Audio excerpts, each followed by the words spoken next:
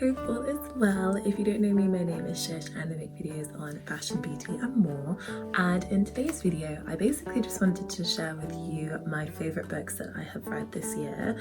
Now, this year has been pretty tough, and one of the things that I'm taking as a good thing that has happened this year is how much more I've been able to read. I've really just been like powering through books this year more than I've been able to in previous years, which I'm feeling really grateful for. And I thought I would just share with you the books that I have been loving. So if you are interested in reading them, or maybe you're looking for a gift for someone because Christmas is coming up, then hopefully this video will help you. And if not, you might just find it interesting to know what I'm into. So in terms of the genres that I love to read, I'm definitely like a sci-fi gal. Like, I love sci-fi, I love reading sci-fi, I love watching sci-fi, and then I also really love kind of like historical dramas, like kind of period pieces.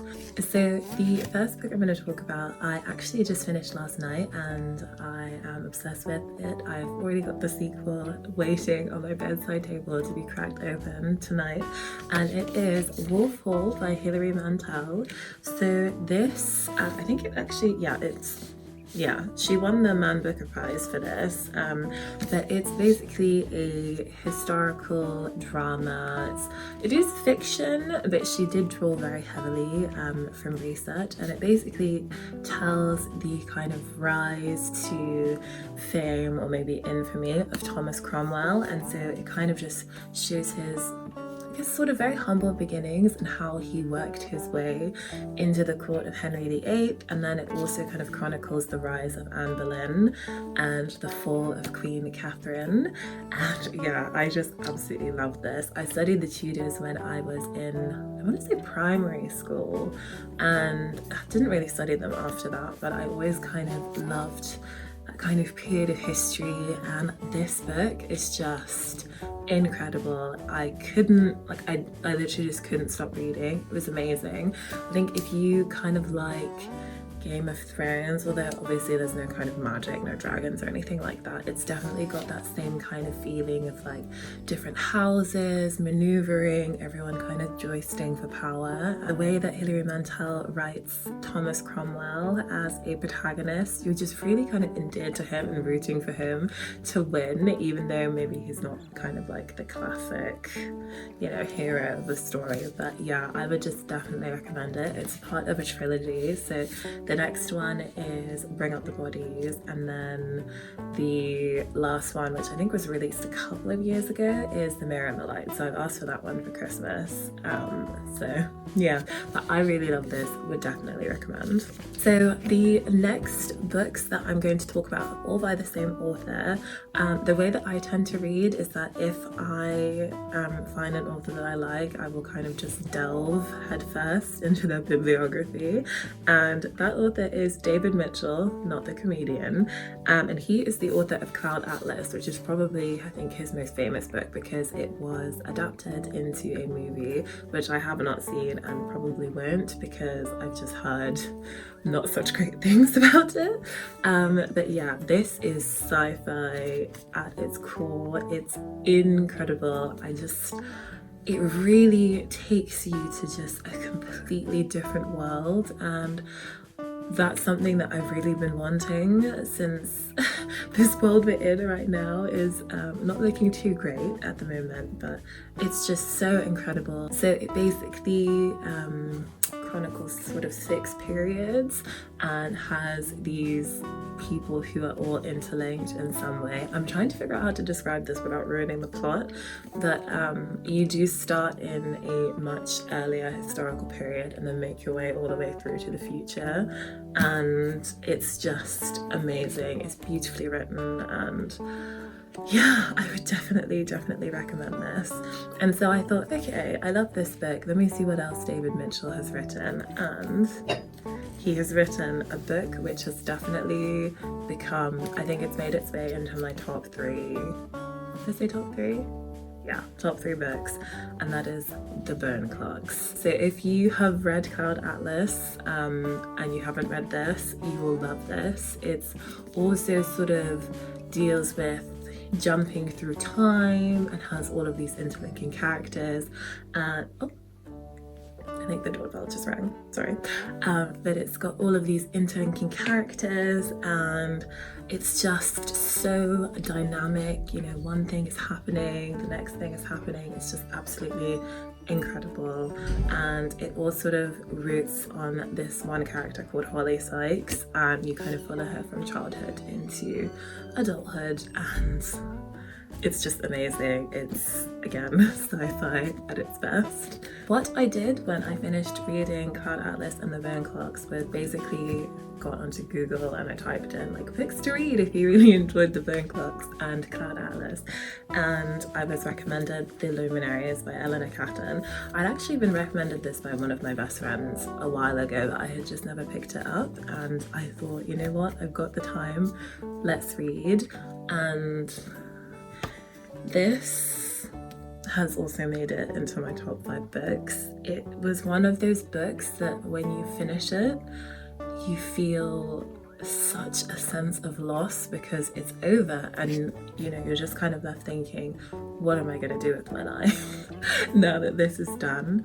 So it's basically set in 1866, and Walter Moody, who is the main character, he arrives in New Zealand. He's kind of there for this gold rush that's happening, but he basically stumbles upon a murder that has happened, and so the entire book is kind of a murder mystery, but I feel like just describing it as that, I feel like that kind of simplifies it. It's a lot more nuanced than that. It's incredible. None of the characters are really that likable, but you become so attached to them that it's just, it really plays with your heart, it plays with your mind, and it is just incredibly written. And I'm definitely going to be rereading this next year, but I already do have a lot more books on my to read list, so yeah, I think I need to chill with this one. And yeah, it also won the Man Booker Prize as well in 2013 apparently, so yeah. Now, the next books that I'm going to be talking about, I don't even know what I did. I think I had heard that Dune was coming out, and I'd watched, oh actually I hadn't watched the trailer, I'd watched the teaser trailer, and I just kind of thought, ooh, this looks like it's my vibe. It's space, it's sci-fi, it's in the future, it's ticking all of my boxes right now. And then I read that it was based on a book, so of course I had to read the book. So I guess the book/books that I'm going to next be talking about that I've really thoroughly enjoyed this year is the Dune book series. So there are, it's quite weird actually with Dune because the author, Frank Herbert, so he wrote these 6 books, and then his son and another writer kind of wrote these sequels afterwards, which I actually haven't read because I haven't heard such good things about them, and I've sort of heard that they really don't do justice to the story that Frank really intricately weaves throughout these 6 books. So I haven't read those. So if you have, please let me know what your thoughts were. But yeah, when I first read this, when I first picked it up from Waterstones, I didn't actually know that this was part of a trilogy. I kind of thought it was a one and done kind of deal. And it's just incredible. So it's set in the future and it's based on this planet called Arrakis, where the main commodity is spice. And spice is really what sets the entire universe going. It's got many kind of health properties that help prolong life, but it's also very addictive. It helps the guild navigate, be able to kind of see through space and time, and yeah, it's just amazing. But like any commodity, it is really fought over, and that's kind of the landscape. And then I feel like I don't want to say anymore because I really don't want to ruin it for anyone, especially anyone who might want to watch the movie next year. But yeah, this was so good. It really, I feel like I've said transports you to another world like 10 times in this video, but it really does. It's incredible, and if you love Game of Thrones, you will love this because again, it's kind of got that different houses, there's machinations going on, and it's just, oh, it was so good. And when I finished this, again, it was kind of like with the Luminaries, I was so upset because I was like, he just left the story there. Like, what am I supposed to do now? And then I think it was like I turned on to the next page and it said the Dune novels, and I literally screamed in my bed. I was like, oh my god, there's so many more. So that's kind of basically what I've mainly been reading this year, just making my way through the series. So there's Dune, which was the first one. There is Dune Messiah, which is the second one. There's Children. Is this the third? Children of Dune, which I also absolutely loved. I thought this was really, really thrilling and really gripping. There was God Emperor of Dune, which was not my favourite, but it was still really good, and I think it definitely leads its way into the next ones, and I think you need the what is this? The fourth novel and the second one to really act as setting up the stage for the next ones, if that makes sense. And then I wouldn't say that, I don't know, it's hard to say which my favourites are of the series, but I think these two are definitely up there. So there's Heretics of Dune, which is the fifth novel, and Chapter House, which is the sixth novel. And I think of all of these, of the six, my favourites are, I mean, I can't really rank them in order, but I would definitely say books 1, 3, 5, and 6 are my favourite. I think they're amazing.